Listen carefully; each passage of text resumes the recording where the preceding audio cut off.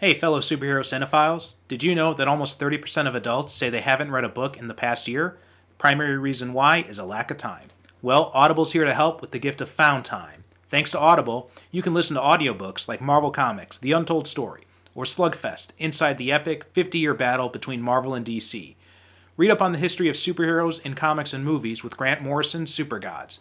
You can also check out Vanguard, my original superhero novel series, or try The Vril Agenda or The Adventures of Fortune McCall, both of which were written by our dearly departed host emeritus, Derek Ferguson.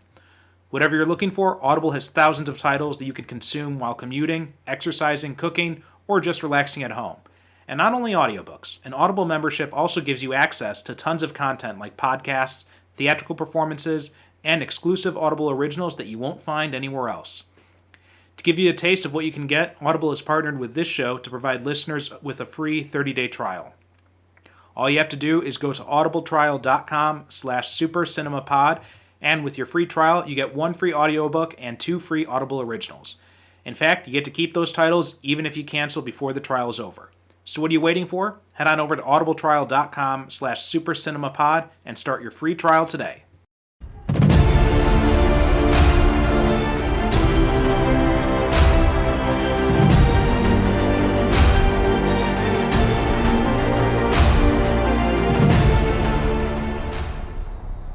Au contraire, my little fish stick.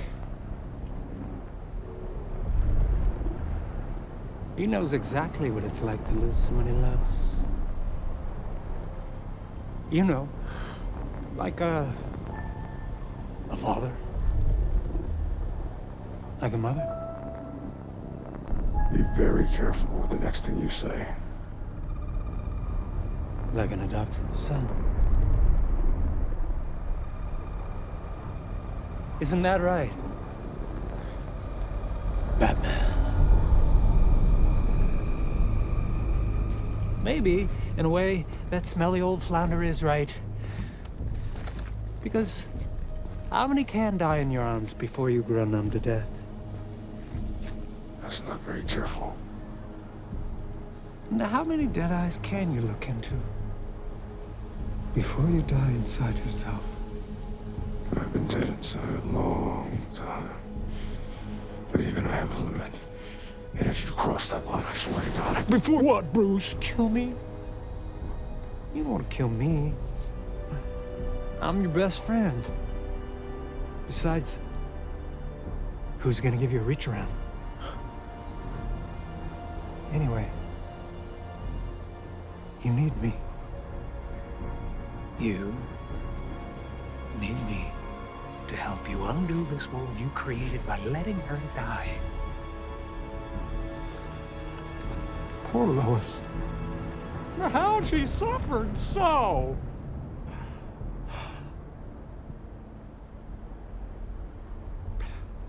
I often wonder, how many alternate timelines do you destroy the world? Because, frankly, you don't have the cojones to die yourself.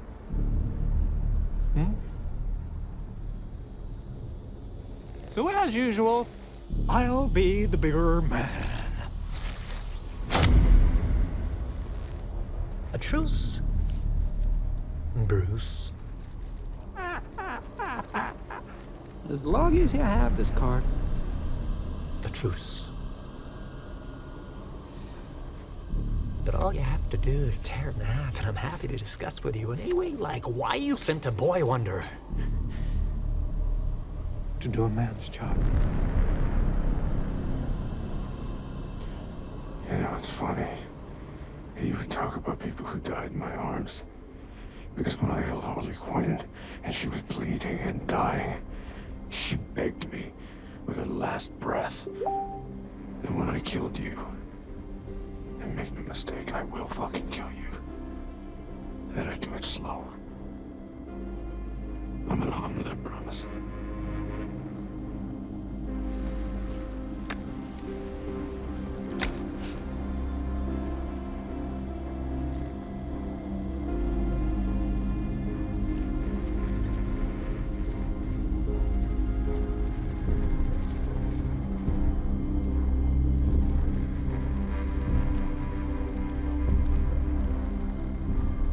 Welcome to the Superhero Cinephiles. This is the first episode of kind of the new format of the show since Derek's unfortunate passing. To begin with, at least for the time being, we're going to have kind of like a rotating guest system. We're going to have different people coming on to talk about different superhero movies, and because and we'll see what happens in the long run as far as like bringing on maybe someone permanently. But at the time, I think it'll be good to just have like, a few different voices on here, because Derek's pretty much irreplaceable to begin with. So bringing on someone right off the bat would be kind of a tall order, I think. But I'm Perry Constantine. I'm your sole co-host, and since the next movie Derek and I were supposed to cover was going to be Zack Snyder's Justice League, I was trying to think, well, I want to have someone on to talk about the Snyder Cut, and who else could I talk to besides Derek, who kind of has like a lot to say about it. And there's only one guy I could think of, and that's Adam Lance Garcia. Adam, how you doing today? I am doing very, very well, and I am so honored to be here. Just thank you so much for thinking about me. And I know that I can't replace Derek's commentary in any shape or form, but I'm happy to honor him in any way I can today.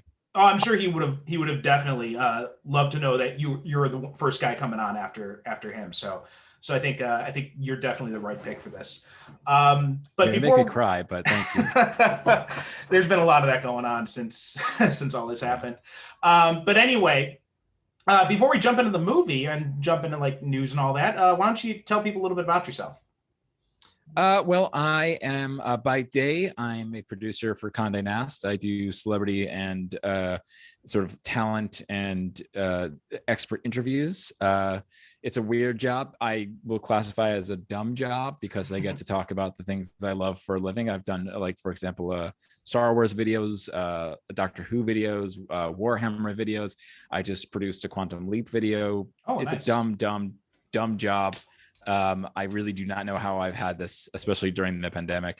And by night, I'm an author, such as yourself. I write, I'm best known for the Green Llama Legacy series, beginning with Green Llama Unbound, and I'm currently working on Green Llama Redemption, which is the third in the trilogy. I've been working on that for way too long, as well as a continuation in the form of an audio drama. Which will be hopefully coming out later this year. Awesome. That is, yeah. So that's a little bit about me. Also, I have 2 cats, and I live with my girlfriend, and that's all you really need to know about. Okay, so before we jump into the Snyder Cut, one of the things we talk about a little bit on this show is just kind of update people on any superhero movie or TV related news and whatnot. And since you're a news guy and begin with, or in that realm-ish. You're a news guy. I just got an image of you like wearing a fedora and banging around at a typewriter. I if you had told me, I do have a fedora. I have to. They're in the other room. I think the incels have kind of ruined the fedora though for everybody. Yeah, they really have. Yeah. I got it because I was like, I look cool and I feel like Indiana Jones. And now they're like incels. I'm like, yeah. So anyway, do you know of any big superhero or movie or TV related news that's popped up in the past week or so, or anything that kind of caught your eye?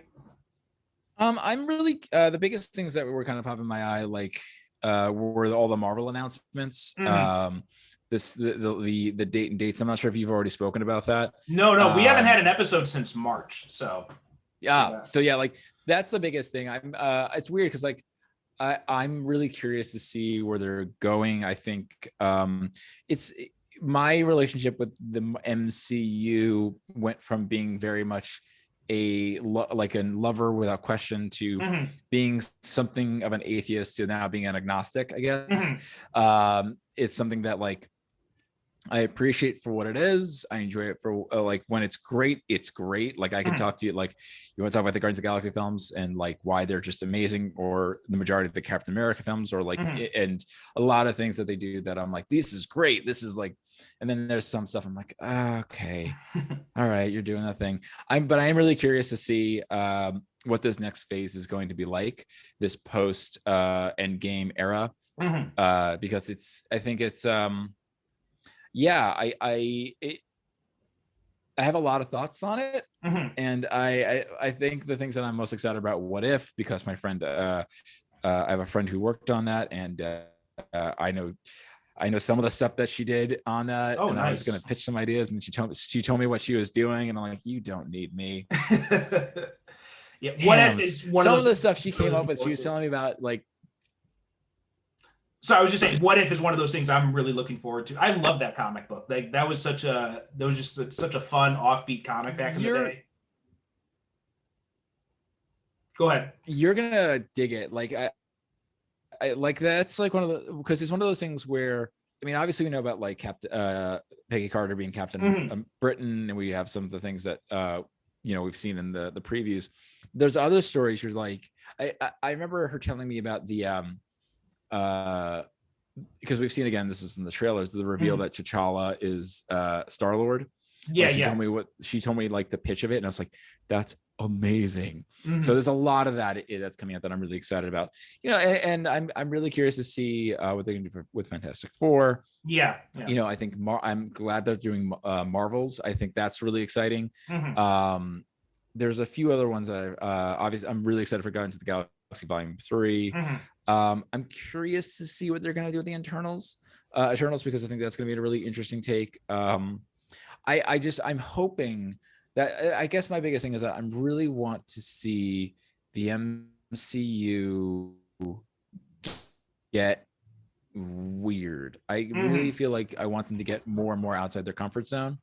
And we get teases of that in WandaVision, and teases of that in Falcon and the Winter Soldier.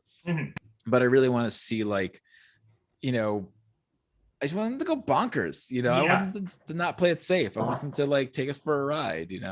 I think that's what we're going to get, especially when we get into Multiverse of Madness. Like that's one I'm really looking forward to seeing what they do. Right? Yeah.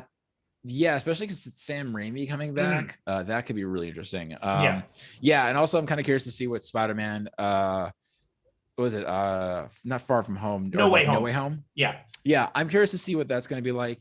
I really like Tom Holland's Spider-Man. Yeah, same here. I think he is, like, his story is one of my favorites in the MCU. I just, partially because I've always really appreciated a teenage Spider-Man, because that's Spider-Man that, like, I really associate, like, that's the Spider-Man that I wanted to be when I was a kid. Right. So I'm liking what they're doing. The one thing I worry about with Spider-Man is that, like, I like the first one was about, dealing with, like, Iron Man being this sort of father figure. Interesting. I dug that, like, there was, like, what's the world like after Tony Stark. Dug that.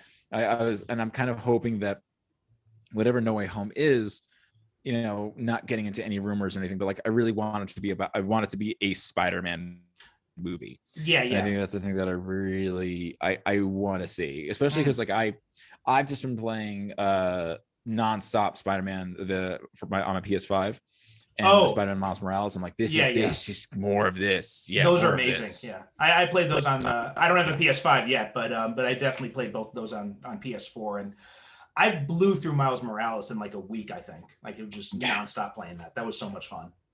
So much fun. So, like, I want more of that, and I think it's like I really want. I'm really curious to see what the MCU is going to do next. I think for me, the biggest, I'm really interested in Shang-Chi. Like, I love that character. I love the Monk and Galassi stuff from back in the day. And I love, like, the whole kung fu aspect too. Like, Enter the Dragon is, like, one of my favorite movies. And I, after Simu Liu was cast, I'd started watching, like, right around the time he was cast, Netflix put Kim's Convenience on their network, and I started watching it. And I watched the first few episodes. I'm like, oh, this is okay, not bad. And then I just kind of, like, got distracted by other stuff, and I had stopped watching it. And then recently I was looking for something to watch on Netflix and stumbled on that. I'm like, oh, let me keep watching this. And, like, for the past, like, few weeks, I just blew through all 4 seasons that are on Netflix. And nice. it's so fun.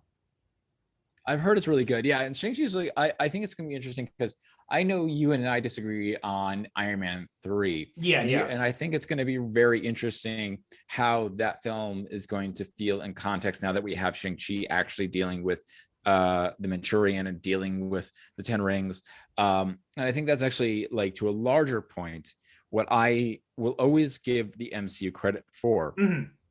Is it's not as planned as everyone thinks it is. Mm-hmm. Everyone, and I think they say like, hey, this is phase 4 and this is what we're doing. It is very much made up on the fly. Like, Mm-hmm. I remember asking someone, if you look in WandaVision, why there's like one shot where you can see the shadow of Vision's cape go out of sync. Oh, really? And it's because, yeah, like it's interesting. And I was like, and I asked a friend of mine who works at ILM, like, why would they CGI the cape, let alone the shadow? It's like, because MCU, the Marvel changes their mind all the time. Mm-hmm. I've heard that, like, they'll get copies of the script that are like completely different versions of Mm-hmm. the story. So they're out, like, day to day, like movie to movie, it seems like it's all planned. Mm-hmm. Because they're really, really good at figuring out how to make everything fit together. Yeah. Even if it's after the fact. So, like, with Shang-Chi, it's going to be interesting that it's going to, like, they took this thing that, some people liked, some people didn't. And they're like, all right, what if we address it this way? What Mm-hmm. if we, like, put all that into different contexts? Like how, Age of Ultron isn't anyone's favorite Avengers film, but they're using a lot of those elements in interesting ways. You're seeing Wanda's story and Vision's Mm-hmm. story paying off in interesting ways. It's all from Age of Ultron. How like the Sokovia Accords, like Mm-hmm. with like there's all these different things that are born out of Age of Ultron that work work well within the context of a larger franchise. And that's something that I'm really curious to see moving forward. And it's something I think that the MCU, like I said, does very, very well. If there's ever a chance to, like, change the conversation on the MCU, it's always like, no, they don't plan it. They're really good on thinking on their feet and finding it and edit. And I think sorry, just like the way I thought, the way it always kind of seemed to me was like they kind of have like a very rough idea of kind of like where they want to go, and it's just like it's kind of like, I always use this analogy when I'm talking about story planning and everything, and I say it's like using Google Maps, right? Use Google Maps, it gives you a route. But if you turn off on the other path, it'll just reroute you back over there. And that's kind of like, that's one of the ways I approach writing. Like, I know where I'm starting, I know where I need to go, and just like how I get there, the details aren't as clear. Like, maybe I'll want to take a detour over here. Maybe there'll be some construction or traffic over here. And I kind of get the sense that Marvel operates in much the same way. It's similar, like, the biggest difference is, because I'm very much the same way. Like, I'll plan out, like, a good example is like my and we were talking about this before we started recording, like my Green Llama story. Mm-hmm. It is ending very much where I thought it was going to end. It is, the story I'm telling is very much a story I planned long ago. The big difference is it's not happening the way I planned it, if that makes any sense. Yeah. And it's that sort of, like, to your point, like, I drag the map over the thing over, and I'm still getting there. The thing that I wanted to happen is still happening, because it's happening differently. With Marvel, it's more that they'll shoot multiple options and multiple different things, or shoot different scenes, and they'll sort of put it together to make it work in post. It's not abnormal, a thing for films. I mean, like, J.J. Abrams does that a lot in his own work. But I think that the biggest thing that they have to their benefits, they have Feige, who can, like, oh, put this together. They can sort of mishmash and put various different takes together, various different scenes together to make it work because of the way they shoot. So it is almost like I'm trying to think of using your Google Maps analogy and sort of broadening it. Imagine it's sort of like what they do is they have like 5 cars, and they're all like, all right, we all need to go down to, like, this is point A, this is point B. All right, car A, you go this way, car B, you go this way, the C, D. And then they're like, okay, we have all these maps. What if we take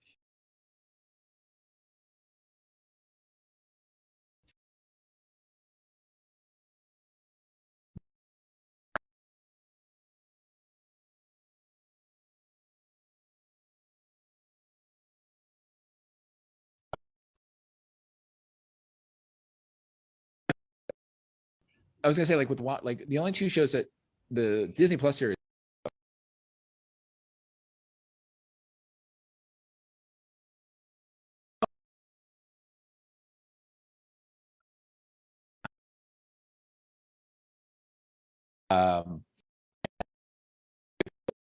Winter Soldier, like, that was completely reshaped. And I think that's actually like to what I'm curious, and I was talking about this with someone else online, but I think Marvel is really good at going movie to movie, figuring it out as they go. Because like in isolation, this one movie, everything works, and then you have like you have this 2 hour brick of this wall, and then you have this other 2 hour brick of the wall, and the wall builds up really easily.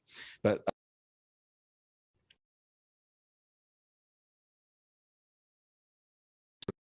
figuring it out as they go and sort of piecing it together, it seams are, you can see the seams a bit more in a season of TV than you could movie to movie. Yeah, that makes sense. Yeah, no, it does. Yeah. Sense. So yeah.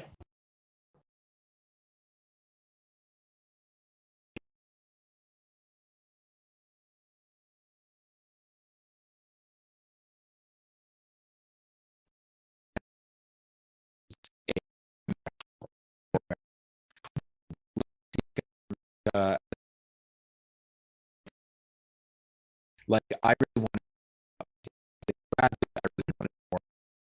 It means to be Captain America. What does Captain America's role in the world mean? All the stuff, like the sort of, while it was sort of nice scene to scene, like their journeys across the world and stuff like that, it every time it got away from like, let's talk about race and what having a black man as Captain America means. Like every time they got away from that, I was like, this is not as exciting and or as interesting as it could be. Like there's a lot of really, really, really powerful things you could say about having Sam Wilson be Captain America. And like, again, what does it mean to be a black man taking on the role of Captain America? So I think that in brief, I think they tried too many things at once.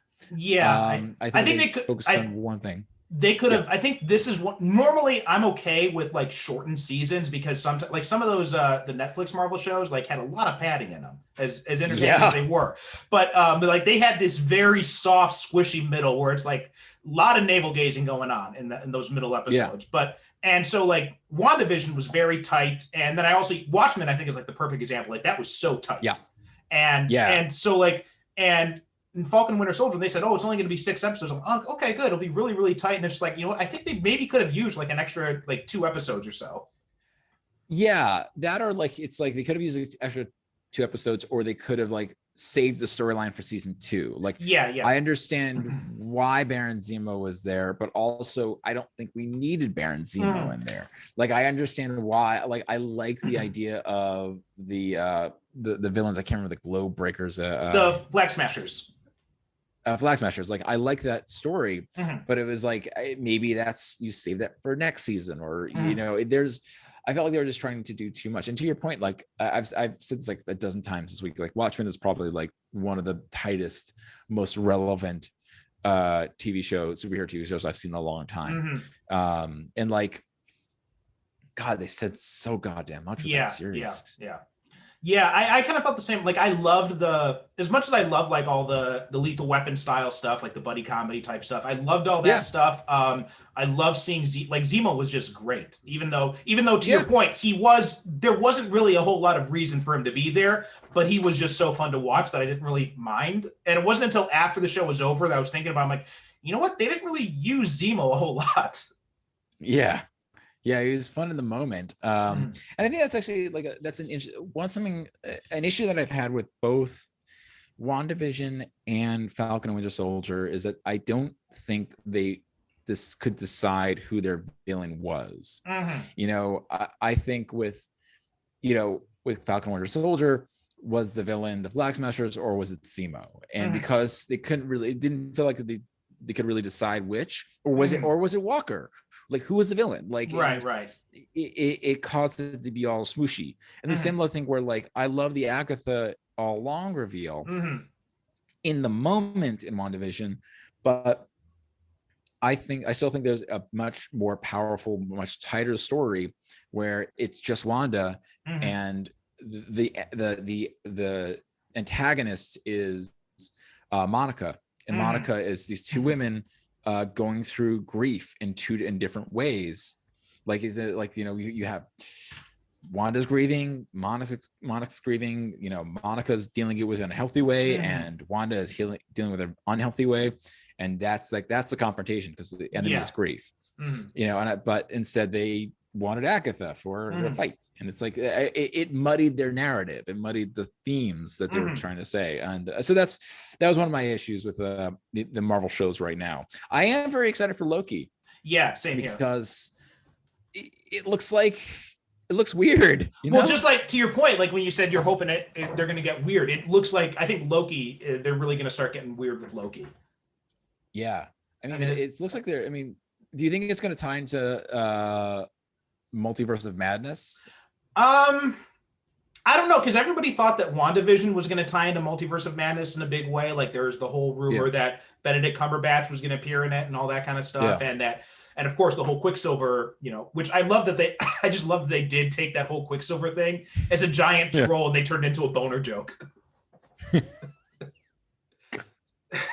Oh man, I remember like watching that when he showed up, and I was like, "Holy crap!" I was like, "What the fuck?" Can I curse on this? Go ahead. You're fine. Okay, I was like, "What the fuck?" I was just like, "Holy shit!" Like this.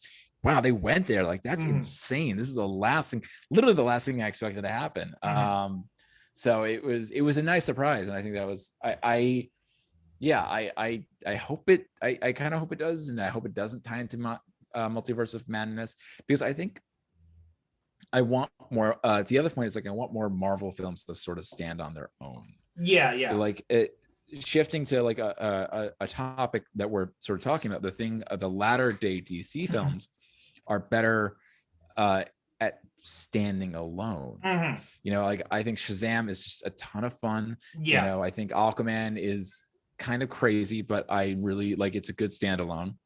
And I really like even like Birds of Prey was a lot of fun. I'm so excited for the Suicide Squad. Oh God, yeah. I think like God, I'm so happy James Gunn is just doing all the things. Oh, it's funny because you were talking about Guardians of the Galaxy earlier. My wife the other day, she wanted to watch it again, because that was actually how I converted her into an MCU fan. Because when we first started dating, we were talking about like movies and stuff like that, and I mentioned that I like superhero movies. She's like, oh, I don't really like superhero movies, and I'm just like, oh, this is not gonna last. But then one night she was over and I showed her Guardians of the Galaxy, and she loved it. And then after that, she wanted to watch the second one, and then after that, I got her to go watch the whole MCU series, and now she's a fan. So I tricked her into liking them. The Guardians of the Galaxy films are my girlfriend's favorite as well, and I think she's actually because she didn't see Endgame. She saw Infinity War, but she didn't see Endgame, and she's refusing to watch Endgame until right before we go see the Guardians of the Galaxy Volume 3. Oh, okay. And that was because she wants to see Gamora's story done right, and she does. So that was actually a funny story. So I did not tell her about James Gunn getting fired originally. Oh, so okay. Let her. I don't want her to find it's just it's a bummer. I'm bummed about it. And then like we're in the car and she's like, when am I getting Guardians of the Galaxy Volume 3? And I turned off the radio and I was like, all right. So here's the thing. What happened? And then it was really, she's like, oh man, that's terrible. And then it was really nice to be like, guess what? He's coming back. That's really, my cat's letting me. My cat's agreeing with me. So yeah, it's one of those things where it was a God. And now like that, the fact that we're getting like, and then I showed she's like, she wasn't interested in Suicide Squad, but then I showed her like the Suicide Squad trailer and she's like, yeah, I'd see that. Same thing. Like after we watched Guardians of the Galaxy, like I went straight to YouTube and like watch this, and she watched Suicide. I'm like, this is James Gunn's next movie, and so we watched Suicide Squad trailer, and she's like, I want to see that. I'm like, yeah, yes, I know you do. Everybody wants to see that. Especially when I told her, I'm like, when I pointed out King Shark, and I'm like, you hear his voice? She's like, yeah. I'm like, you know who that is? She's like, no. I'm like, that's Sylvester Stallone. She's like, what? That's yeah. I'm so happy here.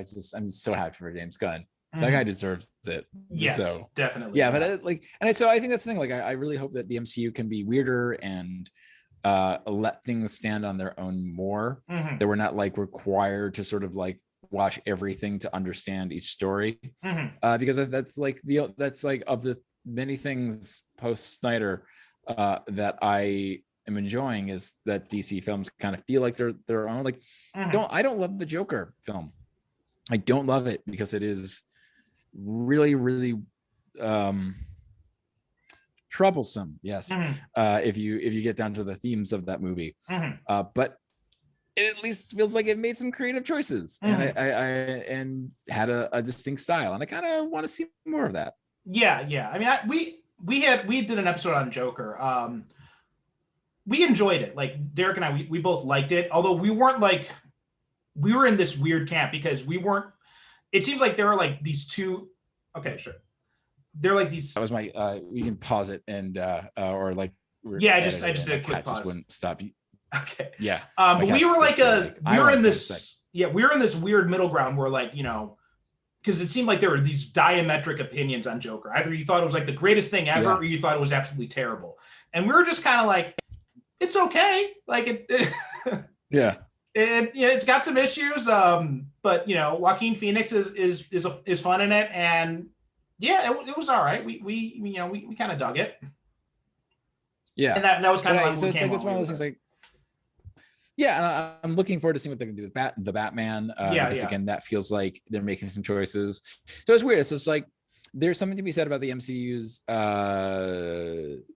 ability to sort of make this really cohesive universe and think on their feet, and like you can watch it all and it all feels of a piece, and there's all these different avenues for like if you're like I don't really like this, but I can really I love the Guardians of the Galaxy films, but I really don't like this, but like I love the Avengers films.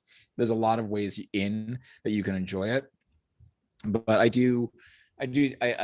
there is something to be said about the more latter day DC stuff of just being like, let the director sort of create their own feel for it. So I don't know. I feel like there's a middle ground. I don't know what. I get what you're saying. I mean, I'm very partial to the MCU style just because like I just coming from the old school comics background. Like I love the interconnectedness and all that kind of stuff. But I do see your point. And the DC stuff, the post Snyder stuff is really enjoyable too. So yeah, because I think sorry to interrupt you, but like there is like as someone who does it in my own writing, like that interconnectivity is really exciting. But there is a bit of like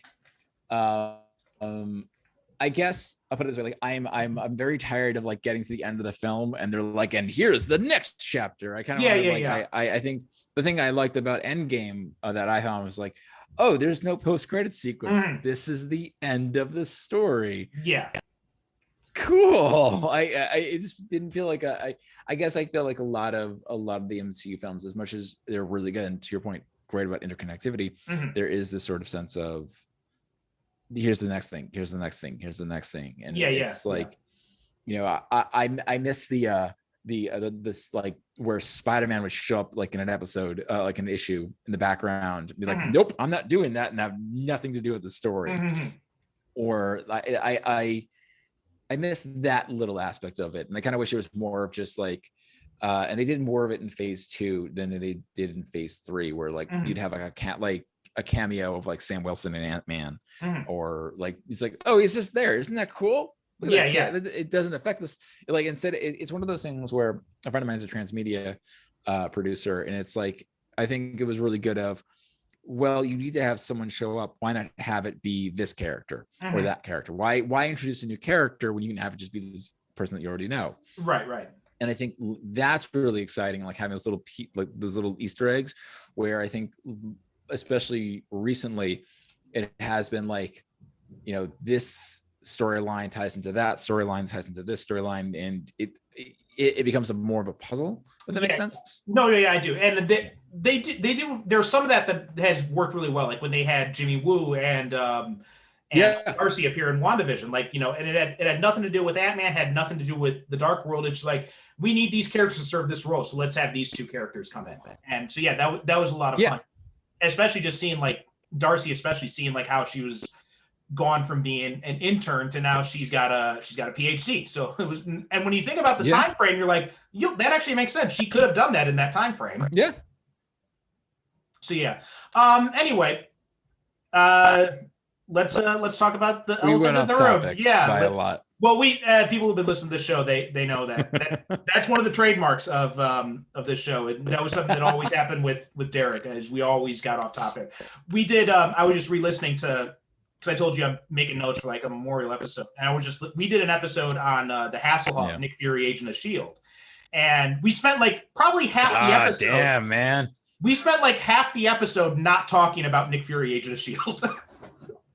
God, I remember when that shit aired, dude. I like my dad loved that. Like, not he didn't love it, but it was just like one of those things. Like it was like appointment TV when it was like a comic book adaptation, and it was almost always terrible back in those days. The kids don't know what they got. They really don't. Well, actually, like, go back and listen to our episode. We actually found some. It's interesting. Like some of the movies we've talked about here, like people are like, wow, you watched that? You must like. No, we actually found good things to say about that, about the original made for TV Doctor Strange, even about Batman and Robin. There's some we didn't have good things to say about. Like we had nothing good to say about The Spirit. We had nothing good to say about Steel, but there's some of the other ones we found some good things to say about them. Yeah, there's God. I always, I mean, like those Captain Americas. I just don't think kids today understand what it's like to have, like be a millennial or just slightly older. I forget like whatever it was, Gen X or whatever. Of like every time a movie came out, you're like, it's gonna be terrible. Like it wasn't until X-Men or Blade, and really Blade, we're like, oh, this is a comic book adaptation. This fucking rocks. You know, it's like they don't know how good they've got it. All right, so I mean that's a good segue into today's movie. Good segue. And this is the Snyder Cut, and where do you want to start with this? Like, what were your? So it's interesting. So you and I have talked about this off and on online, just about Snyder in general. Like I don't. Boy, how do I start this? I remember enjoying Man of Steel when it first came out, and sort of forgiving some of the things, some of those choices that he made in the film, right? Superman killing, things like that, because I thought like, okay, well, let's see what the context is. Like, this is the first film in a series.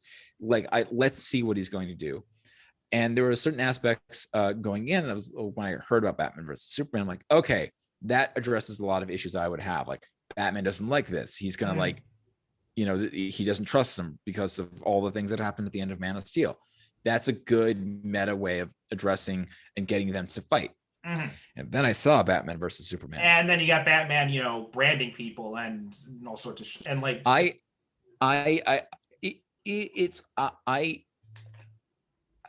at the risk of having all the Snyder Bros come after me, like I believe like Batman versus Superman, Dawn of Justice, both the Ultimate Cut and the theatrical cut are the two worst superhero films I've ever seen. Yes, they absolutely. are among the. It is a criminal misunderstanding of the characters. It is a criminal misunderstanding of the universe. It is. It's one of those things where, you know, like to talk about Star Wars for a hot second, like people might not like the portrayal of Luke in The Last Jedi. I happen to love it. Oh yeah, same here. There are, and then thank God.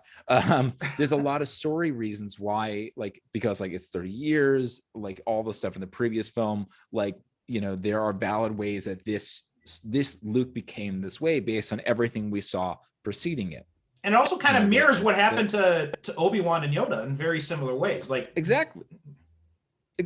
There's a lot like, and you look at his character in the three previous films, the events that are discussed in The Force Awakens. So when he shows up in The Last Jedi, like you might not like it, but it's there. The pieces are there. Whereas with Batman versus Superman, you're jumping in like into the story where we really haven't established who Superman is, and he's not acting like Superman. And you introduce Batman, and he's not acting like Batman, but it's not like he's not acting like Batman in a way that makes any sense to the character. It's like, oh, he's branding people, to your point before. That's not really that's not kind of what Batman ever did, even like in his darkest turns. Yeah. You know, Superman is a character who has gotten dark, but he's not someone who ever would say like no one stays good in this world. And there's a lot of plot contrivances that are just sort of forced into the narrative for some reason. Yeah. Like the whole Martha thing. I just think it's cynical. It's overly dark. It is overstuffed and underbaked. And I rewatched them both, Man of Steel and Batman versus Superman, the Ultimate Cut, leading up to Justice the Snyder Cut.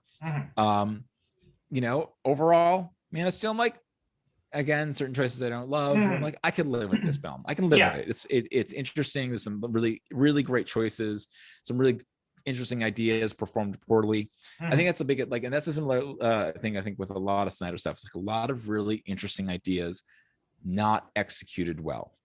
I think Superman. Yeah. I think this really goes to what you're saying, is that Snyder is not a story guy. Like, he is just not, he's not story minded. He's visual. He's a visual guy, right?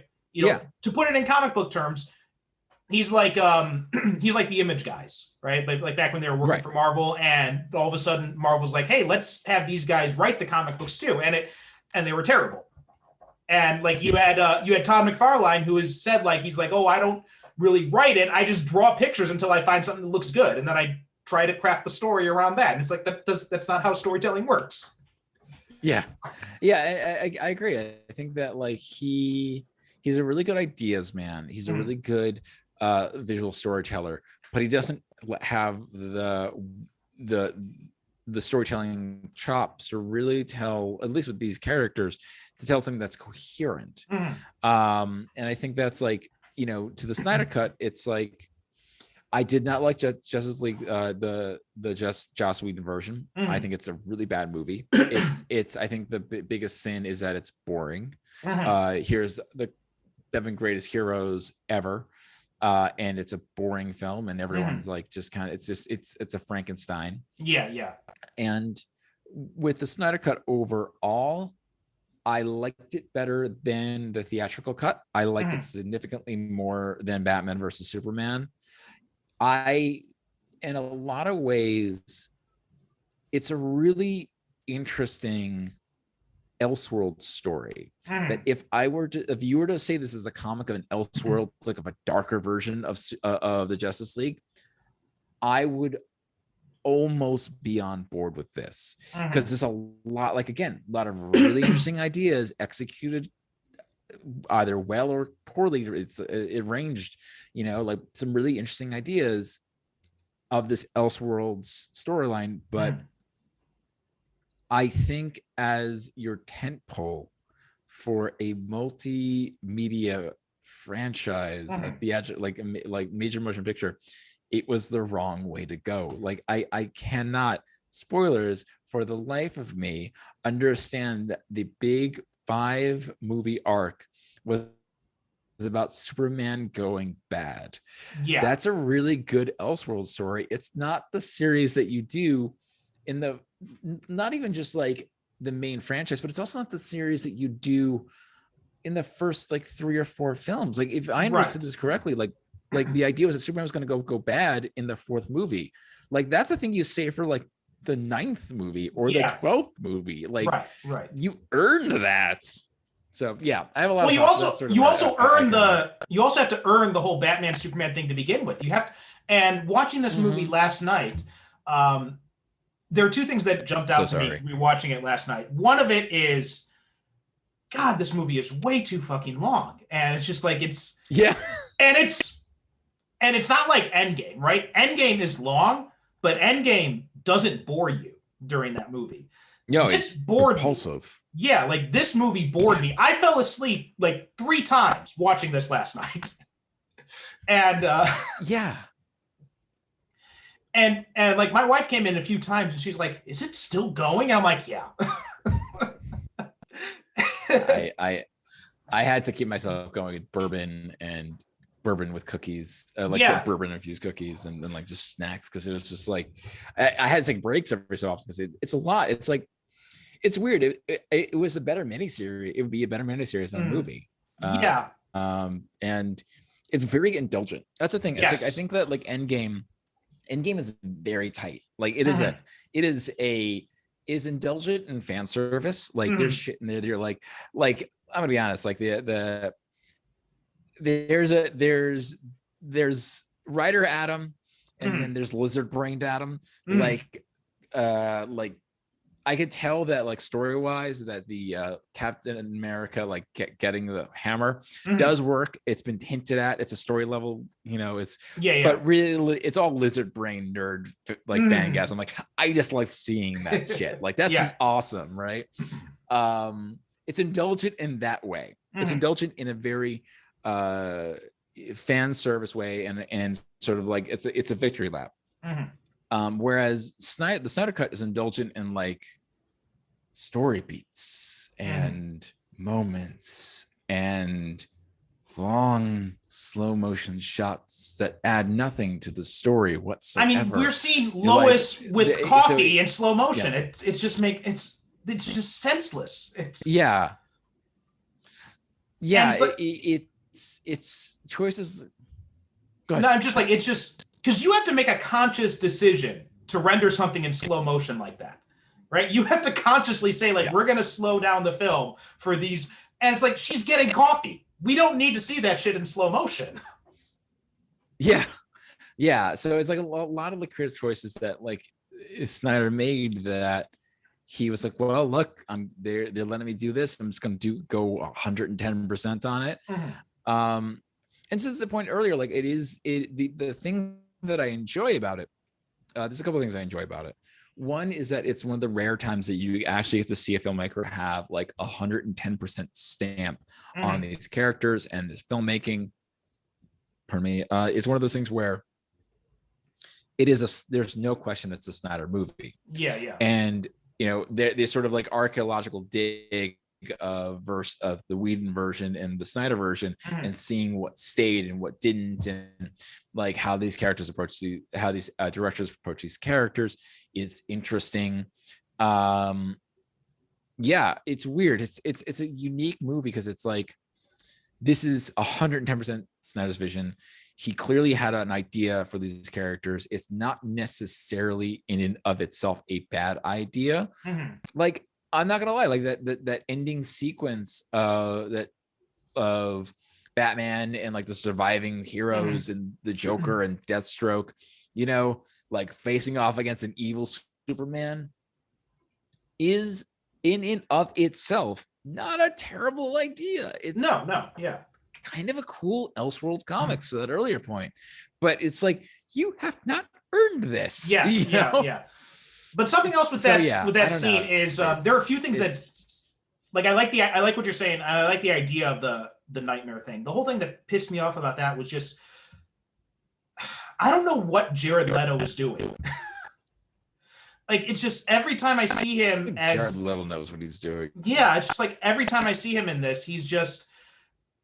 I mean, it's like the same thing. I see the same thing with Ezra Miller. It's like, if you get someone who's going to play the Joker, you want someone who can actually laugh. Jared Leto can't laugh. And if you want someone to play the Flash, you get someone who looks like they know how to run. Ezra Miller looks like he's never run before in his life. It's just I'm like, what are you doing? Yeah. Again, I look, I mean, like the guy got us Gal Gadot as Wonder Woman, and like he got us Jason Momoa, like, and even Henry Cavill. Like I think that's the biggest tragedy with Henry Cavill Superman is that he's such a charming man, and like he would be a great Superman if he was allowed to freaking smile. Well, I think that's what we saw in smile, and we got to see some of that in the Whedon cut actually, and those are the things I like most. Like, bad CGI lip aside, like. He played Superman in that movie like Superman should be played. Yeah. And I would have loved to see more of that. Yeah. And it's also, but like, it's weird. Like I don't, to that point also, I don't think that Snyder knows what to do with Superman. No. Because you have him I'm not exactly clear why he was there at all. Like, because what does he do? He can he's able to punch, like he's able to fight off Steppenwolf at the end. Mhm. That's kind of it, right? Yeah. Like that's all he really does. So it's like, why did you need to kill him off? Like, there's no reason for him to have been dead. No.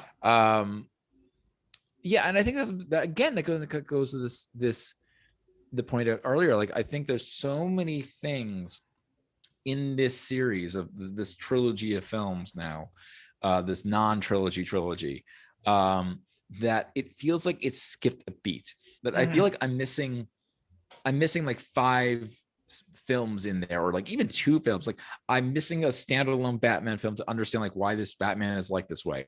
I'm missing a Superman film to understand who Superman is, so that way the world would mourn him, because especially the way in, or in like why his death would inspire those to like stand up. And it's like, there's so many things. It's like the road he got to the story.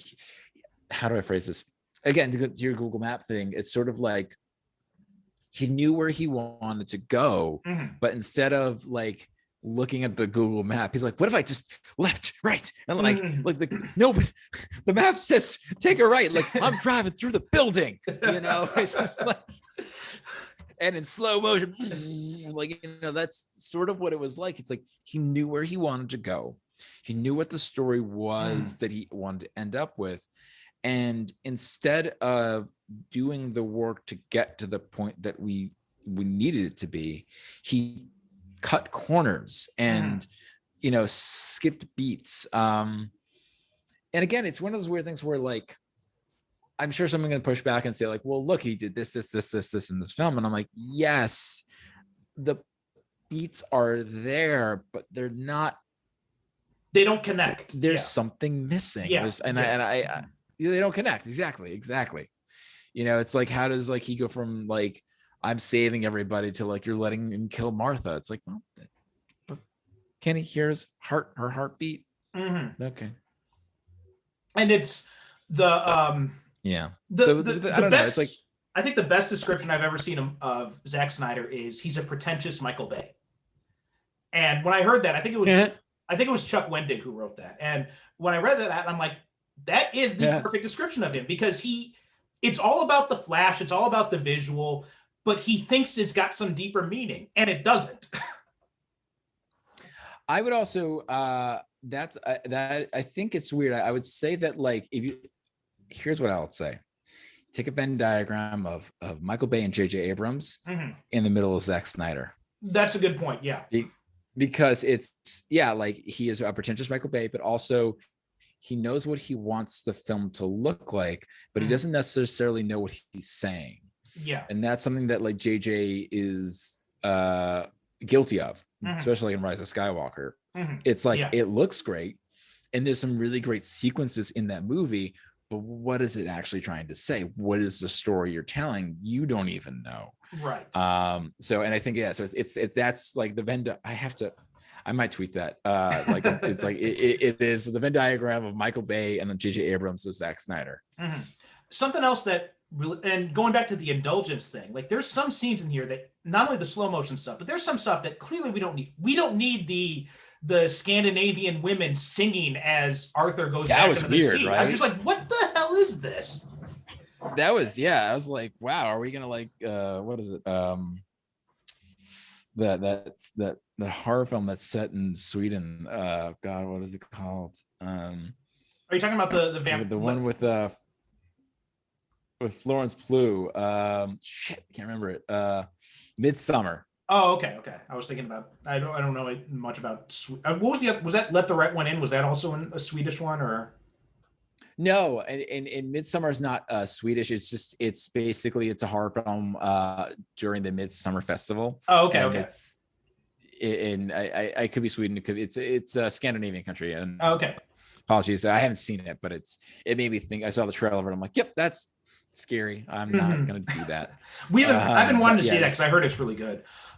Something else too is like the whole thing about Steppenwolf's armor. Like, I'm looking at this thing where it's like, it's got all these moving parts. It's like big. And I wrote, I was doing a commentary thread on Facebook when I was watching this the first time around when it came out. Ooh. And And I said Steppenwolf's design, it's emblematic of Snyder's entire approach to these characters. You know, it's big, it's flashy, it's edgy, but it's got no substance. There's no reason for like the little pieces on the armor to constantly move like that. And I'm like, this is like, it's like a Rob Liefeld drawing come to life.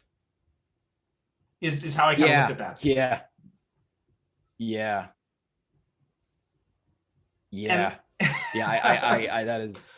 That's a really good. Yeah. Did we ever see his feet? I don't remember. I think I don't know. It's just like I just got it now. Yeah. It took me a moment. But I got it. No, you can edit it out. That it's like, and then like, you know, when I say like, do you ever see his feet, and you start laughing, and like, I got it. So that way, you know, like, you know. No, it's okay. I'll leave it in. I don't know, like, and it's weird, like even seeing like Wonder Woman be as violent as she was at the beginning, like again, it's like the sequence is really cool, but then when you stop to think about it, you're like, she just smashed that guy's head against a wall. And then she vaporized the other guy where his ashes are floating in the air as this little girl's like, can I be like you? I'm like, bitch, you just saw him vaporize a guy. You want to be like that? I want to keep an eye on that girl then. Yeah. And like there's so much of that. Like even like the sequence with like the Flash saving Iris West, right? Like it's a really cool looking sequence. It's really well done. It's really well put together, but it's also like there's like it's kind of weird. It's so creepy, like the way he like kind of looks at her like that. Like I get it. It's Iris West. It's Barry Allen, but still, you're making this look really. You're making it weird, Zach. Yeah, and it's also like, you know, like why aren't you saving the truck driver?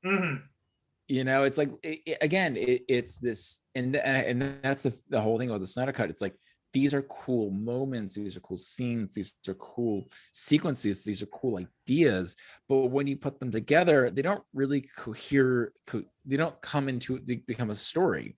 They become some kind of mishmash. And like if you don't think about it, if you're like just like let me turn my brain off and just like go for the ride, it's a good time overall, even though it's like, you know, again, like I don't think it's a great movie. I think it has some it's again better than the original cut, the theatrical cut, but at the same time it's like if you, at the moment you stop to think about the movie, you're like, it doesn't fucking work. It does, like, so we're also going with the violence too. Is when Superman's fighting Steppenwolf, right, and he slices off one of his headpieces, and I'm just like, that's just, it's cruelty for the sake of cruelty. Like there's no reason he has to do that. It's just there because Snyder thought it'd be cool for Superman to maim an enemy.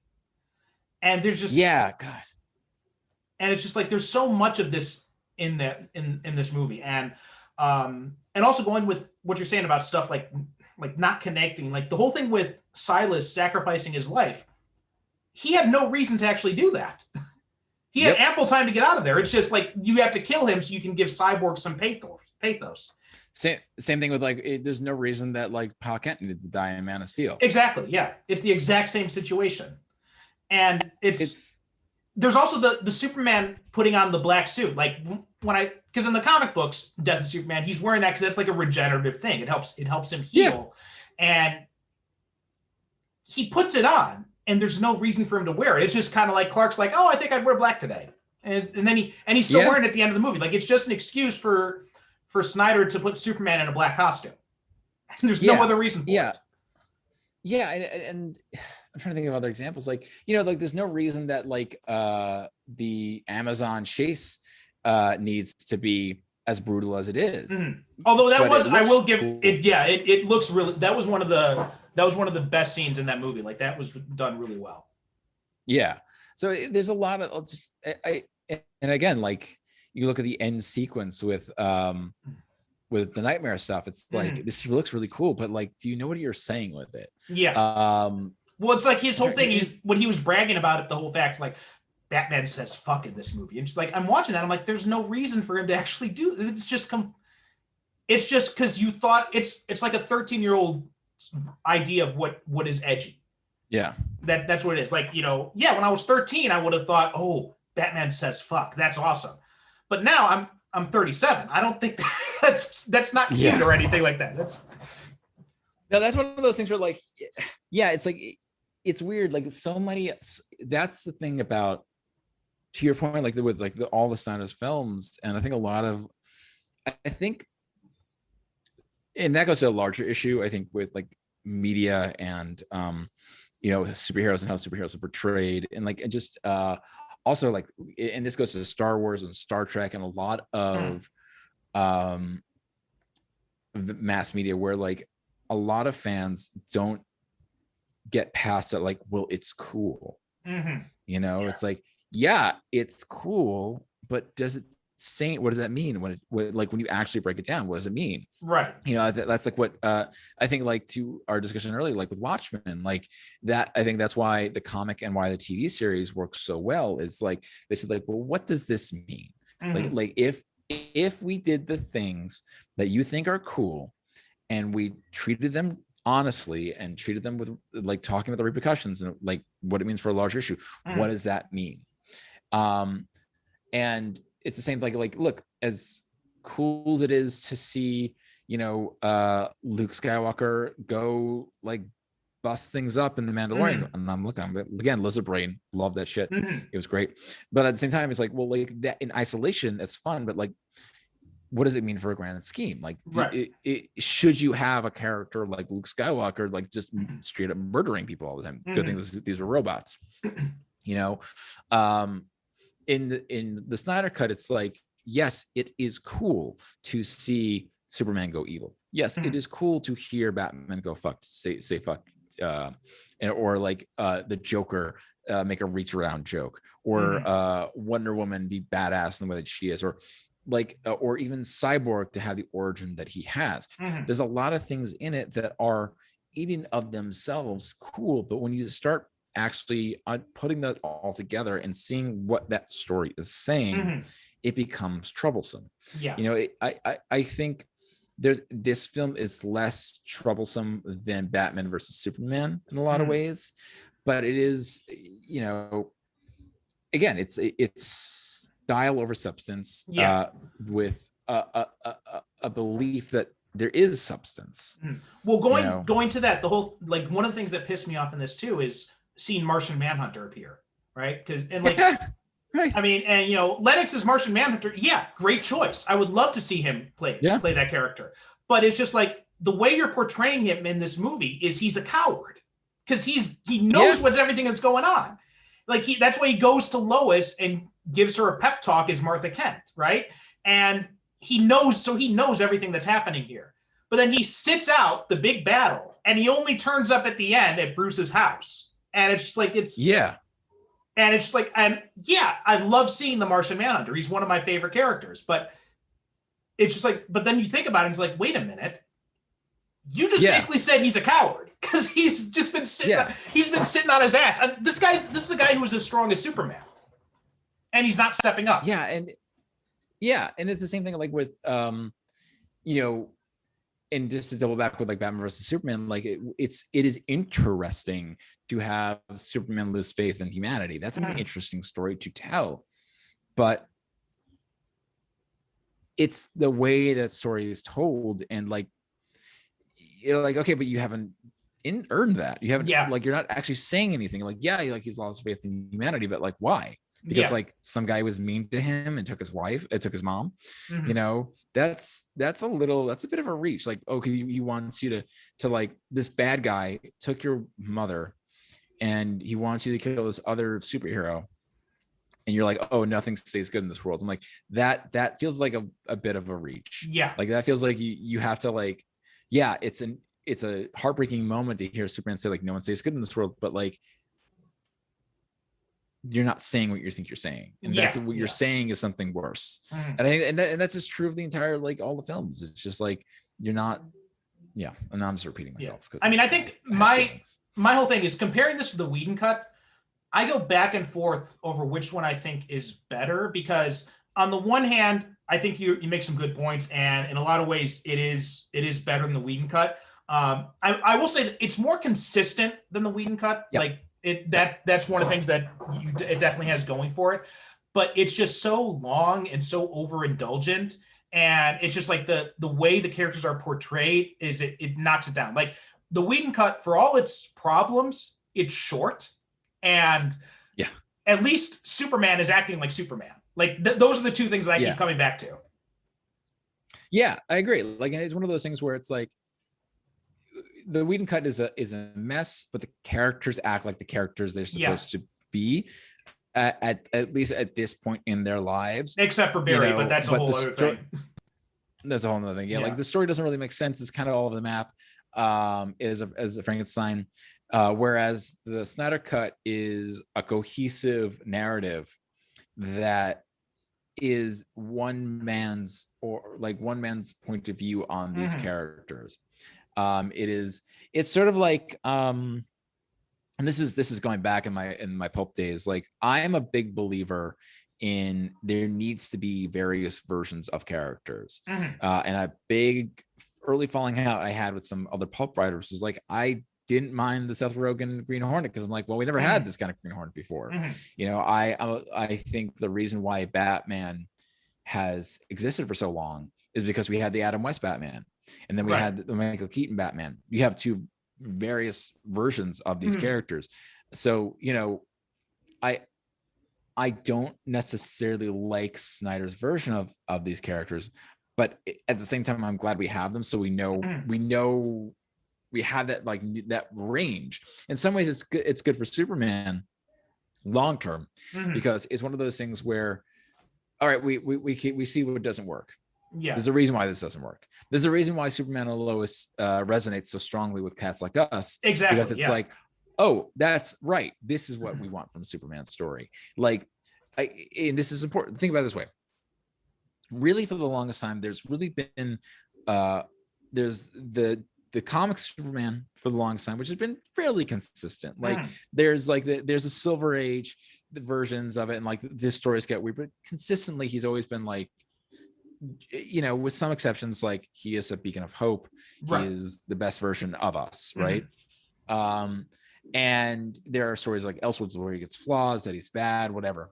But like there's, you know, in the mainstream audience, there is the Kirk Allen, there's George Reeves, there's no big difference between George Reeves and Kirk Allen besides performance. Then there's Christopher Reeve, and he's sort of his own sort of thing that looms so large that it went into Superman Returns. And we on the audience was like, look, we're done with this kind of Superman. Give us one that punches. We want to see that. Like that, we want to see the punching Superman. And we got that in Man of Steel. Yeah, and we got that in the Snyder Cut and Batman versus Superman. But that helps us understand of like, what? No, maybe that's not what we want. It's not just the punching. That's the that's the thing. That's more. Yeah. And I agree. And I think I think that's one of the reasons why Tyler Hoechlin's Superman is resonating so much. And I think that's also one of the biggest issues I had with Man of Steel is that Warner Brothers is like, this is the only Superman we're going to have. And it's like, well, when you're telling me this is the only Superman we're going to have, I'm going to hate it. Like, but if you're telling me like, this is a Superman, this is an Elseworlds, oh, by the way, we got Tyler Hoechlin over here, I'd be much more amenable to Zack Snyder's vision in that case. And to that point, like we talked about it earlier, like that's like why I'm a little less hard on. I mean, look, I still think Batman vs Superman is hot garbage, and I hated every single second of what rewatching that movie. It was the longest 3 hours of my goddamn life. I think it's just a bad movie, but overall, I can now look at this trilogy and be like, be less critical of it because I'm like, okay, now it's just a version of Superman. It's not the version of Superman. Well, I mean, it's like if you also look at the Injustice comics, right, based on the video game. Like when I first heard about that first issue where the Joker tricks Superman into killing, like I thought, like, this is really stupid. And then I actually read it and I'm like, okay, this is actually not bad. I actually kind of enjoy this. This is actually kind of a fun comic book. But it's in Elseworlds. That's what makes it okay. Yeah. And also and this is something going back to our discussion with MCU. Like, I think that what I do will, even though like I'll have issues with their storytelling choices and some stylistic choices, the thing that they've done consistently well is what is the most iconic version of that character. I think their Steve Rogers is the version, is the distillation of every Steve Rogers to make the most idealized version of Captain America. Same with Spider-Man, same with Iron Man. All these characters, you look at them like, that is the perfect version of this character. It takes all these different story elements from all these different places and makes the version that feels like that we've all sort of had in our head. Right. Like sort of like a collective unconscious version of these characters. With Snyder, what he did instead was very much like, this is my version of these characters, and they're the tent pole. It's saying, like, again, it's like it took an Elseworlds and made it the Earth Prime. Right. Whereas if, let's say, it was the reverse, where Tyler Hoechlin's Superman, who is a more iconic Superman, was like, all right, this is our Earth Prime. You can criticize him as much as you want, but then we're having this Elseworlds version over here. We have this Elseworlds version of like, what if he gets dark? What if Superman gets evil? Or like, it's just, I feel like they inverted. They did the inverse of what the MCU did. Instead of like trying to find like the version that appeals to everyone, they were like, what's the one version that appeals to this one guy? And you can only have this one version.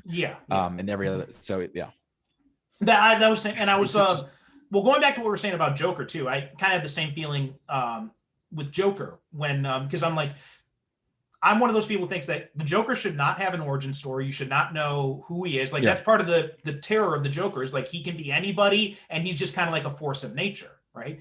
And like the Joker is not a character, right? He's just like this force of nature. He's whatever the opposite of Batman is, right? He's the chaos to Batman's order. That's how he And like whatever version you see of the character is always in relation to what version of Batman you're talking about. So you've got the Chris Nolan Batman, who's very much grounded in the real world. So this Joker didn't have a bath in acid. He doesn't use like exploding teeth or anything like that, right? He uses guns and bombs and real world stuff. And then you go back to like the Michael Keaton version, where it's like, this is a darker Batman, but it's in kind of like this Burton-esque fantasy world, and the Joker reflects that too. And then, the Adam West version, right? You've got, this very campy Batman. So you've got this Joker who's just more of like a nuisance than anything else. Yeah. And it's also interesting, like in all those versions, like I still feel like Batman was relatively consistent. Like, like they sort of like are molded to the world they're in, but even though Batman kills in the Burton superhero, the Burton versions, it doesn't feel, I can watch this and I'm like, oh, that doesn't feel weird, right? It doesn't feel weird that he's using a gun, but there's something about the way that it's portrayed, that Snyder portrays the brutality of it.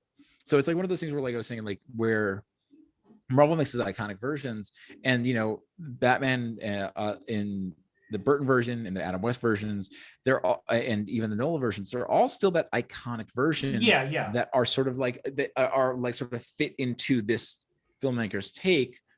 Whereas I think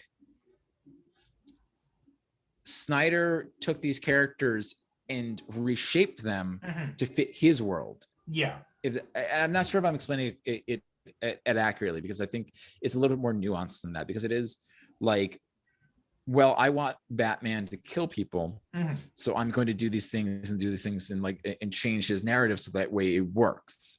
Whereas I think that Nolan's like, well, like Batman doesn't do this, doesn't do this, doesn't do this.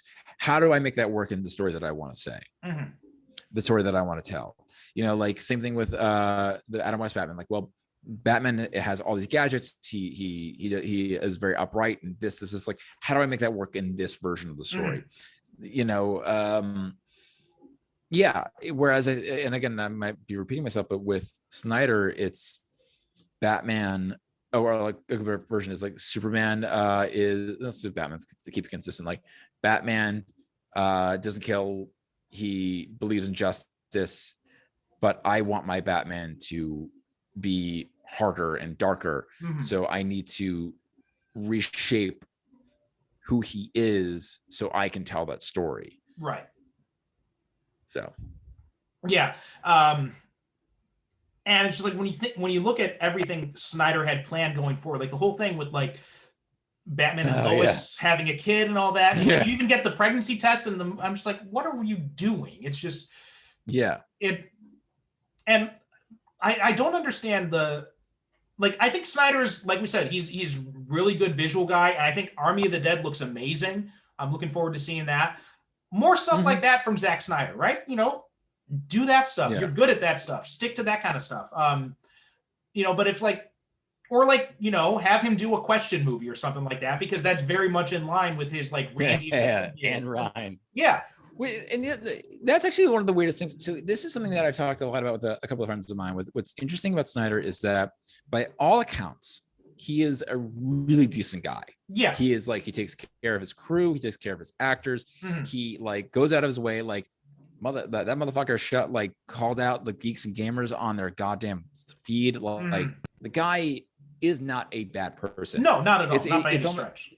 By any stretch of the imagination. But the stories he tells are they're well, that's worrisome and that's troublesome. And that's and again, I think maybe this goes it's Ayn Randian or whatever, but it's weird. It's this weird dichotomy of someone who seems to be a genuinely good person who takes care of his family, who cares about the people he works with, who does everything right. And then tells stories that don't seem to connect with the person he is on a day-to-day basis, which is comparatively you have Joss Whedon, who is apparently a monster, telling the stories about female empowerment. And it's here's a guy who is literally using his power as a man in a creative field to abuse women, and he's telling these stories that are female empowering. So it's that weird disconnect. It is. Yeah. I'll never understand it. Yeah, I mean, I saw this coming up on Twitter a lot. I saw someone mention that they preferred the Whedon cut to the Snyder cut, and someone responded what? But Whedon's a monster. I'm like, well, yeah, he's a monster, but he's still. You can be a monster and be a good storyteller. Yeah. I mean that. Yeah. They're not. Those are mutually exclusive concepts. Roman Polanski as well. He's a fucking monster, but Rosemary's Baby is an amazing movie. Yeah. Yeah, my girlfriend and I were talking about that the other day. She didn't. Somehow we came up in conversation. I forget exactly how. Though she's never watched Once Upon a Time in Hollywood, and she wants to watch that, and I was really excited about that. Oh, that's a good movie. Yeah. You know what? I watched that movie, and first time I watched it, I'm like, it's okay. And it wasn't the second time I watched it, I liked it a lot more. I'm not sure why, but it just appealed to me more the second time around. What's interesting is I have an interesting relationship with Tarantino. I really like his latter day stuff. I really like. I love Once Upon a Time in Hollywood. I really love Inglourious Basterds and Django Unchained. These alternate history stories. Which is and I think it's partially because they're alternate history stories that I appreciate them more. Excuse me. I remember with Inglourious Basterds, I was watching it. I'm I don't really. This is fine. It's a good movie, but they're gonna lose. What's the point of this? What's the point of telling them? Oh, they killed Hitler. Okay, all right. You've told the story. And with Once Upon a Time in Hollywood, it was the fact that it took a turn at the end. I'm oh, you're doing it again. And I was all right, I'm down with it. And I think, it's weird. His films grow on me, especially his later day films, Django Unchained. I'm this is fine. And oh, this is actually really good. This is actually. It's and I forget what other films he's come out with recently. Hateful Eight. That's an interesting film. Hateful Eight is one of those movies that I really need to rewatch again. I really want to get it on 4K because I really want to, because I know he shot it in 70 millimeter. But it's an Agatha Christie mystery, but in a Western that's really violent. Yeah, I gotta rewatch that because I watched it and didn't appeal to me too much, but it felt kind of some of the same problems. It felt with the Snyder Cut, it felt a little overlong and a little overindulgent. But maybe I got to watch it again because I kind of felt a little bit like that with Once Upon a Time in Hollywood. The second time around, I loved it. So I don't know. Maybe I just got to give it another chance. I think the hardest thing about with Hateful Eight is that it is a bit like the bar scene in Inglourious Basterds, where you just know it's all going to go to shit real soon. I whenever I rewatch Inglourious Basterds, I love that scene, but I skip it every time because I'm I can't deal with this pressure. It's too. I think one of the problems with Inglourious Basterds didn't have this problem, but I think a lot of his later day movies, I think they need a better editor. Like when he was working, I think it was when he was working, I think it was Roger Avery was his editor before. No, it was a woman named, I think her name was Sandy. Oh, okay. I'm actually gonna look that up because I'm actually kind of curious. No, she passed away at some point, like during, I can't remember which movie, but like they had like a little thing where like everyone would like say like hi Sandy or something. It was Sally. Yeah, it was Sally Mink. She did everything he did in the like hi Sally, and then she passed away in 2010. Oh, okay. And I think that's why a lot of his earlier stuff is a little bit tighter. Yes, yeah, I think so. I think he needs a and now he's got so much clout, like he can. Yeah, last. Sorry, once more. You got sorry, you froze. No, you got cut off. Okay, we both got cut off on each other side. But anyway, you said what was the last one she did? Inglourious Bastards. Okay. So yeah, that's what I think. Like Inglourious Bastards did not have that problem. But after that, like the ones after that, definitely, I think they had a little bit of that too much indulgence. And I mean, part of the reason too is just like he's such a big name now that nobody's going to rein in Quentin Tarantino. So yeah, and that's sort of like this, and that's the issue with like Snyder. It's just like he had the ability to do the version he wanted to do with the Snyder Cut, and like God bless him, like and it's one of those things where like, and I'm sure you've had this conversation with editors. I know I had it with Tommy when I was working on Crimson Circle, where I knew what the story was and I was telling the story, and he's like, you need to cut this down. I was like, no. And he was right. And I think that having someone there, and my girlfriend's another great person of being like, like you're better than this line. Like having someone there to sort of like rein you in, I think is always important for a creative endeavor. And I don't think Snyder with the Snyder Cut he didn't have anyone saying like, maybe bring it back a bit. Well, the only thing he did was it was the Green Lantern thing, right? Because he wanted that end scene. He wanted Green Lantern instead of Martian Manhunter, and it's such a weird thing for Warner Brothers to push back on. Like I don't understand their rationale for that, because they're like, well, we got a Green Lantern. Well, I'm like, this movie doesn't mean anything. So I'm not sure why it matters to you if Green Lantern's going to appear or not. It was such a thing. Yeah, I was confused about that whole situation. I mean, but Warner Brothers will do this. They'll have like these strange rules that don't seem to make sense. Like when they were doing Justice League, right? And they said that the animated series, I mean, and they had they couldn't have any of the Bat family characters, right? They could only have Batman in it, but no Nightwing, no Batgirl, no Robin, none of the Batman villains. You couldn't have any of those in Justice League Unlimited, especially. Yeah. It was like, it was a weird rule they had in place, because they're like, well, because Batman's being done in the movies. And it's like, okay, and then they had Smallville, right? Where they had the same thing because Smallville wanted to do, the writers of Smallville, they wanted to do a story where Bruce Wayne comes to Smallville. And Warner Brothers said no, because we're doing Batman in the movies. And it's like, but you're also, as you're doing this Superman TV show, you're also doing a sequel to Superman 2 in the movie. So it's like, you can have those two versions, but you can't have two versions of Batman. They've got these really weird rules about these types of things. I'm actually then really curious to see what Abrams is going to do at Warner Brothers, because he's sort of like notorious for that, because like he really wanted, like when he took over Star Trek for a while, he really wanted only his version of Kirk to be in, like Kirk and Spock and them to be around. And he's like, you have to cancel like these IDW comics and books with the old Kirk. Oh, wow. But because Paramount at that time didn't, like CBS owned those versions, like they owned the TV series, so they could do TV series comics. You know, like Paramount had no say over, so because of that split, he couldn't do it.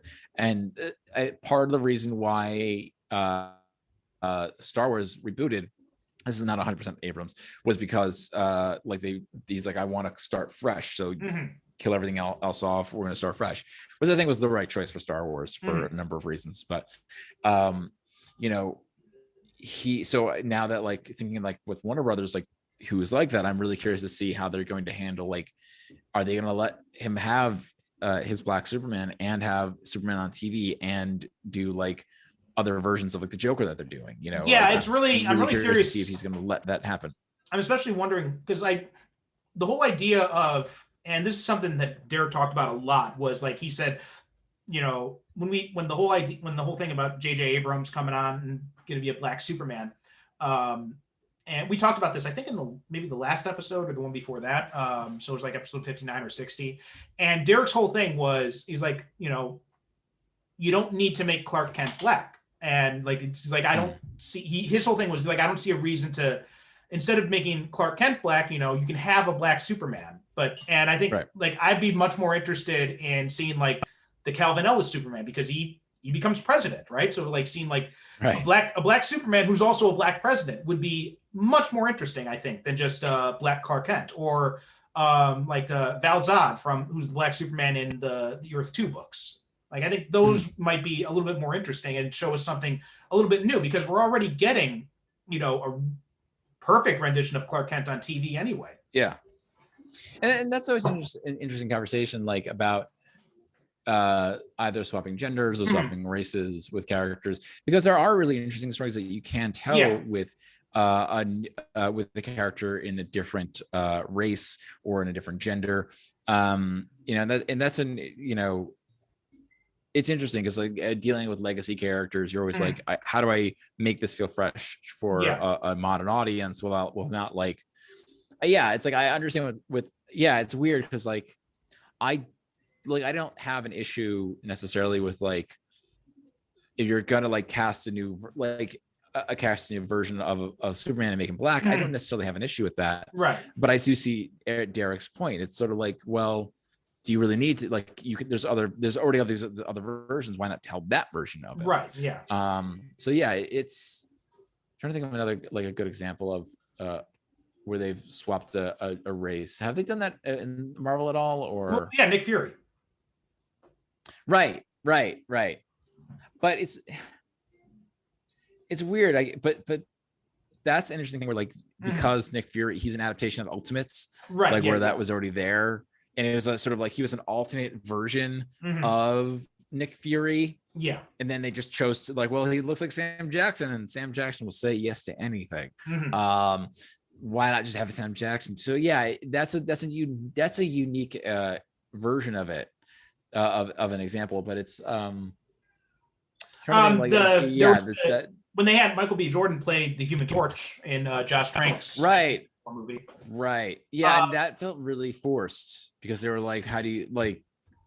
Yeah, the whole thing with his relationship to Sue and all that was kind of, I mean, a lot of things in that movie felt forced, but just focusing on that character, I thought he did a really good job. I thought he was pretty much Johnny Storm. Like he was just a black Johnny Storm, but he was very much that character. Yeah. So yeah, it's like one of those things where like, it's weird. Like I say this as a white passing cis white male. Like, you know, like I'm Hispanic. My father's Hispanic. I'm half Hispanic, so I always feel weird talking about race, especially when I look, act, talk, and sound white. But it is one of those things where, yeah, it's an interesting conversation. Like I think there is a lot of storytelling opportunities with having a Black Clark Kent. But to Derek's point, like there's also like, why not just use this other version? Or like, you know, like, so yeah, it's a tightrope. And it's a tightrope. Again, I, as a white passing cis male, should not be walking. It is. I think it should be, and I think that's one of those things. I think it should be one of those things that if you are going to have a Black Clark Kent,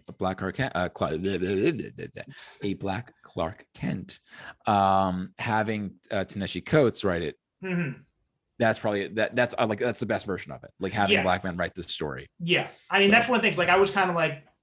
I've got a lot of the same. I think I'm somewhere between like your and Derek's point of view on this. Like I fall somewhere in the middle between those two. But I think the fact that Ta-Nehisi Coates is writing it is definitely, you know, so like, oh, okay, well it's Coates, so I'm gonna watch it no matter what. Yeah. I mean, like his I mostly know him from his comic book work, and like, his Black Panther was great. His Captain America is amazing. And so, I have to read it. I've heard only it's good really things. good. It's really good. And so like him writing Superman, yeah, I'll sit through that. Even, whatever reservations I have over whether or not I think it's necessary to have a Black Clark Kent. Like if it's Coach writing it, I'm gonna watch it. That's just the way it is. And also it also kind of goes back to what we're talking about with Isaiah Bradley and the Captain America stuff. Like, you're telling stories about a Black Captain America, but it's not Steve Rogers, because Steve Rogers is a whole different thing. But instead, you've got, Sam Wilson, who's, this guy who's got military history and all that. And there's a whole lot of stuff you can deal with that.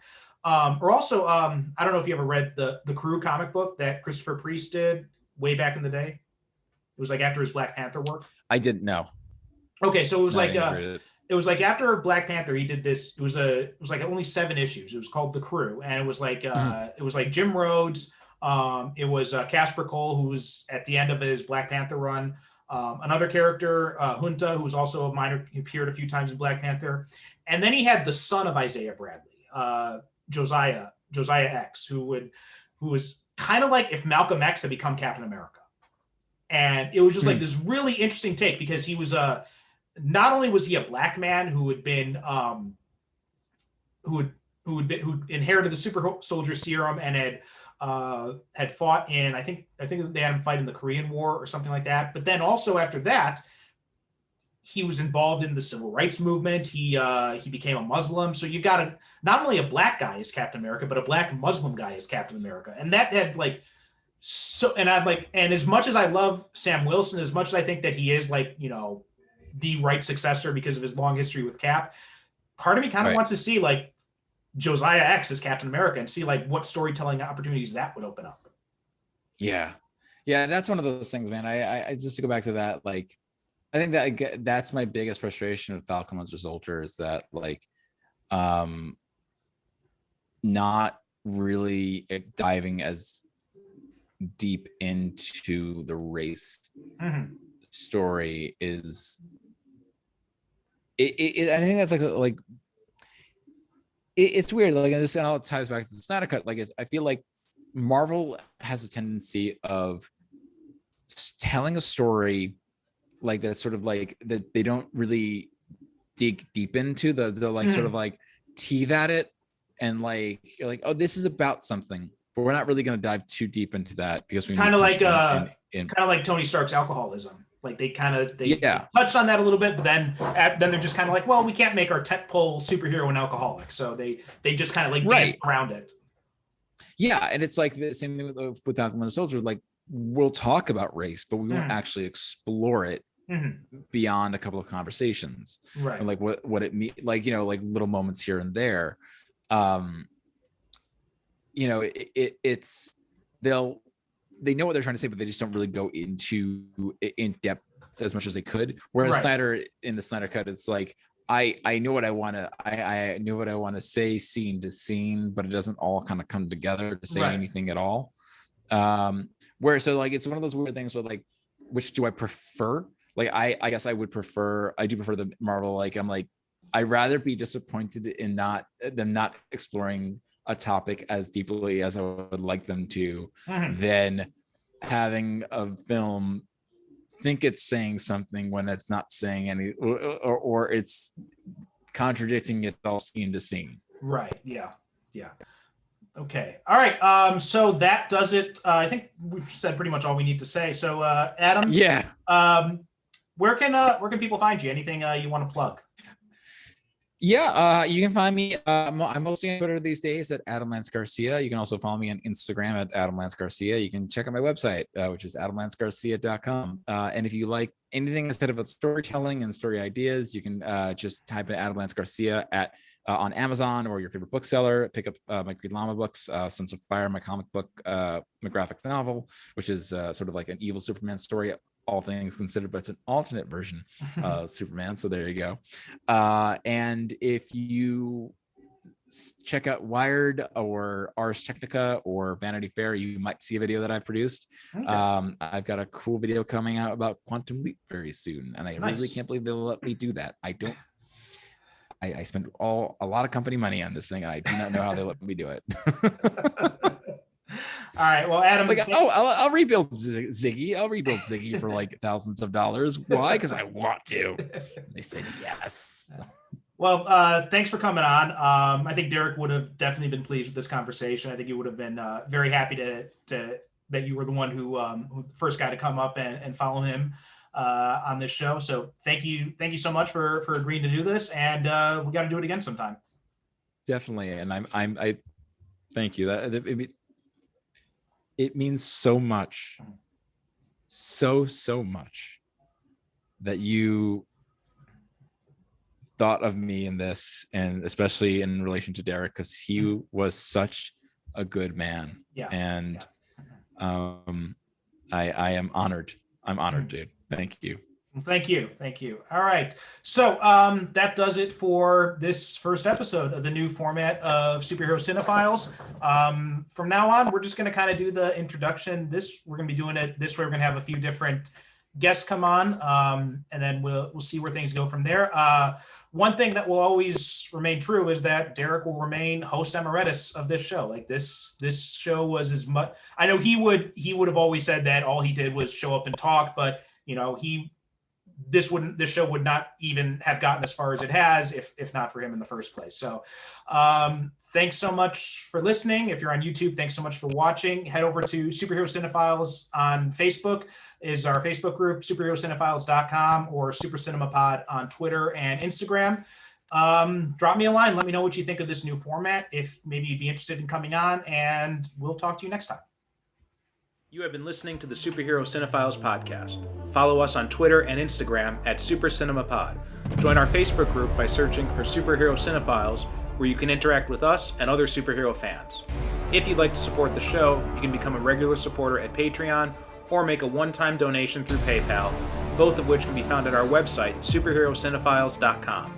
If you buy or rent any movies through the Amazon links at our site, it helps support the show. Please be sure to rate and review us on Apple Podcasts or wherever you get your podcasts.